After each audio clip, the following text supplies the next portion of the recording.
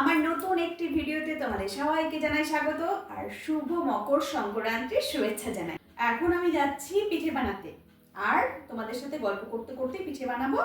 তার কারণ গত বছর ভিডিও দিয়েছিলাম, তোমাদের সাথে গল্প করতে করতেই বেশ টেনশনটা কাজ করছিল না, পিঠেগুলো ঠিকঠাক মতো উঠছিল, তাই ভাবলাম এবারও আমি ভিডিও করতে করতেই পিঠে বানাবো। না হলে এই পিঠে বানানোটা আমার মানে প্রচণ্ড একটা টেনশনের বিষয়। তাই ওই ঘর থেকে কি ফ্র্যাঙ্কলি ভাবে কি সুন্দর বলে আসলাম তোমাদের সাথে গল্প করতে করতে পিঠে বানাবো। এই ঘরে এসে যখন এই সরাটা বের করলাম, চালটা গুলালাম, এইখানে এসে দাঁড়ালাম, মনে হয় যেন পরীক্ষার হলে ঢুকছে, পিসবোর্ড হাতে নিয়ে পেন নিয়ে, এত একটা টেনশন কাজ করে, মানে উঠবে কি উঠবে না। যাই হোক, প্রথম পিঠেটা ভিডিও প্রথমে স্টার্ট করিনি যখন বানানো শুরু করলাম, কারণ ভয়ে মুখটা একদম টেনশনে কাচুমাচু হয়ে গেছিলো, যেটা এখনো আছে, জানি না পরে কি হবে।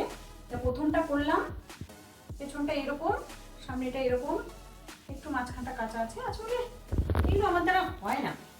পিঠে জিনিসটা ভালোবেসে ধৈর্য ধরে করলেই ভালো হয়, কিন্তু আমি ভালোবেসে আসি, ধৈর্য নেই, এই কারণেই এরকম হয়। আমি যখন ফার্স্ট সরা পিঠা বানাই, ফার্স্ট যেদিন বানাই সেদিন আমিও নতুন, এই সরাটাও নতুন। ভাব পিঠে দিই ওঠে না, খুন্তি দিয়ে চেঁচে চেঁচে তুলি, অনেকটা গুলিয়ে ফেলেছিলাম প্রথম দিন, তো তখন ভয়ও পাইনি, মানে ভেবেছি আমি পারবো, কনফিডেন্স। ও বাবা, করতে এসে তারপরে যে পরিমাণ চাল গুলিয়েছিলাম, হলো তো নাই, নতুন সরা, আমি নতুন, কি করে হবে? সরা নাকি একটু পুরনো হয়ে গেলে, বেশ ভেতরটা কালো তেল তেলে হয়ে গেলে একটু ভালো মতো হয়। তা ওই যে চালটা গুলিয়েছিলাম ওটাকে রেখে দিলাম ফ্রিজে, কারণ আর তো বানাতে পারলাম না। তারপরে ধনেপাতা, ফুলকপি এসবের পকোড়া বানিয়ে বানিয়ে খেয়ে শেষ করেছিলাম। এখনো খুব টেনশন কাজ করছে, দেখি কটা করতে পারি। আবার কিছুক্ষণ পরে ভিডিওটা অন করছি। এখন মোটামুটি পিঠেগুলো ঠিকঠাক মতো উঠছে, আর এই কটা ভাজা হলো।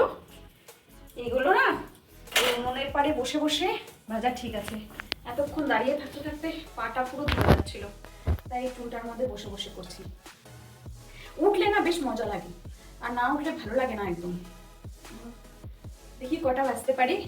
পিঠে করতে একটু ধৈর্যের দরকার হয়, তাও নিজেকে বুঝায়, যেটা তো রোজ রোজ করবি না, ওই বছরে একবার একটু ধৈর্য দিয়ে, এই ধৈর্য দিয়ে বসে বসে করছি। কেউ পাশে বসে থাকলে গল্প করলে ভালো হয়, নাহলে একা একা বসে কি করবো। তাই আবার মোবাইলটা অন করলাম, তোমাদের সাথেই কথা বলি। পিঠেগুলো যদি চটচট উঠে যায় দারুণ মজা লাগে। এই যে কি সুন্দর উঠে যাচ্ছে, উঠে গেল, বেশ ভালো লাগে। আর না উঠলে আমার টেনশন হয়। অনেকে কি সুন্দর পারে এই সরার তাওয়াটা, এটা যত পুড়ে যাবে না তত নাকি ভালো ওঠে পুরনো হয়ে গেলে। কিছু কিছু মানুষের পিঠাপুলির হাত খুব ভালো হয়, খুব সুন্দর বানাতে পারে, কিন্তু আমার এসব দিকে একদম ভালো হয় না। পিঠে, তারপর নাড়ু, মোয়া, লক্ষ্মী পূজার আগেও আমি মুরগিটা পারবো কি পারবো না, নাড়ুটা পাক হবে কি হবে না, এসব নিয়ে খুব টেনশন হয়। আমার ছেলের বন্ধুর মা এত সুন্দর পিঠে বানায়। দুধ পুলি তো আমি না ছোটবেলায় দুধ পুলি খেতে বেশ ভালো লাগে যেত। ছোটবেলায় না পুলিটা মানে সঠিক জানতাম না, তো যখন ছোট ছিলাম এরকম করে বলতাম পুলি পিঠা খাবো। মানে পুলি পিঠা তো অনেকটা এরকমই হয়, যে আঙুলের এগুলো দিয়ে এরকম এরকম করে করে দেয়, 2-5টা চোখা হয়। গতবার ট্রাই করেছিলাম, হয়নি। কিন্তু আমার ছেলে বন্ধুর মা এত সুন্দর বানায়, মানে পুলিটা যখন জাল দেয় না, যে দুধটা মানে গ্রেভিটা, আমি হলে তো দুধ একদিকে পুলি একদিকে এরকম হয়, বাবা পুলির ভেতর থেকে মানে পুরটাও বের হয়ে চলে আসে। এত সুন্দর, মানে চামচদের মুখে দিই, মানে কি একবার শেষ হয়ে গেলে আরেকবার দিই, এত সুন্দর করে বানায়, খুব টেস্টি বানায়। এক একজনের পিঠে পুলি রান্না বান্নার ভাগ থাকে, যশ, হাতে খুব যশ থাকে। আমার ওসব নেই, কিন্তু বানাতে শখ হয় না, ছেলে খেতে ভালোবাসি, বর খেতে ভালোবাসি, আমিও ভালোবাসি, তাই বানাতে আসি। এই টিফিন বক্সের মধ্যে কয়েকটা পিঠে রেখে দিচ্ছি, এগুলো না চা দিয়ে খেতে ব্যাপক লাগে, গুড় দিয়েও ভালো লাগে, তাই টিফিন বক্সের মধ্যে কয়েকটা রেখে দিই। আমার পিঠে বানানো কমপ্লিট আজকের মতন, এখানে রেখে দিলাম। এগুলো চা দিয়ে খাবো টিফিন বক্সে, এখন দুধে ভিজাবো, হয়ে গেল। আর আজকের মতো এখানেই রাখি, কারণ পুরো শরীর ছেড়ে দিচ্ছে, আজকে আর এনার্জি নেই।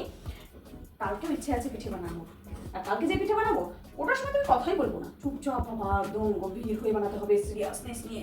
ওটাও তো আরো ঝামেলা, আগে করি, তারপরে না হয় ভয়েস ওভার দিয়ে দেবো।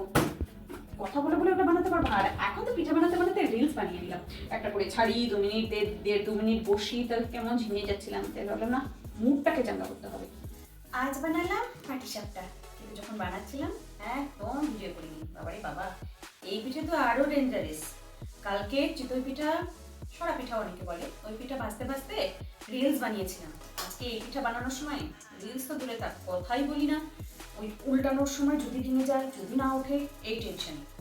তো আমি এই পৌষ পার্বণে বানালাম চিতই পিঠা আর পাটিসাপটা, এই দুটোই ঠিক আছে। আর পারি না কোনো পিঠা বানাতে। একবার গোকুল পিঠা বানিয়েছিলাম ক্ষীর দিয়ে, 6-7টা বানিয়েছিলাম, তো ভালো হয়েছিল। আর যে একটু বেশি পরিমাণে বানাতে নিয়েছি, তো ক্ষীর একদিকে আর ওই ব্যাটারটা একদিকে, রসের মধ্যে যখন চুবিয়েছি দুটো আলাদা হয়ে গেছিলো। তারপর থেকে ওগুলো আর ট্রাই করি না। পিঠে টিঠে বানানো খুব টেনশনের ব্যাপার। আর পিঠে বানাতে গেলে কত বাসন হয়, সারাদিনের বাসন তো আছেই, রেগুলার বাসন তো আছেই, তারপরে এত বাসন টাসন মেজে প্রচন্ড ঠান্ডা লাগছে।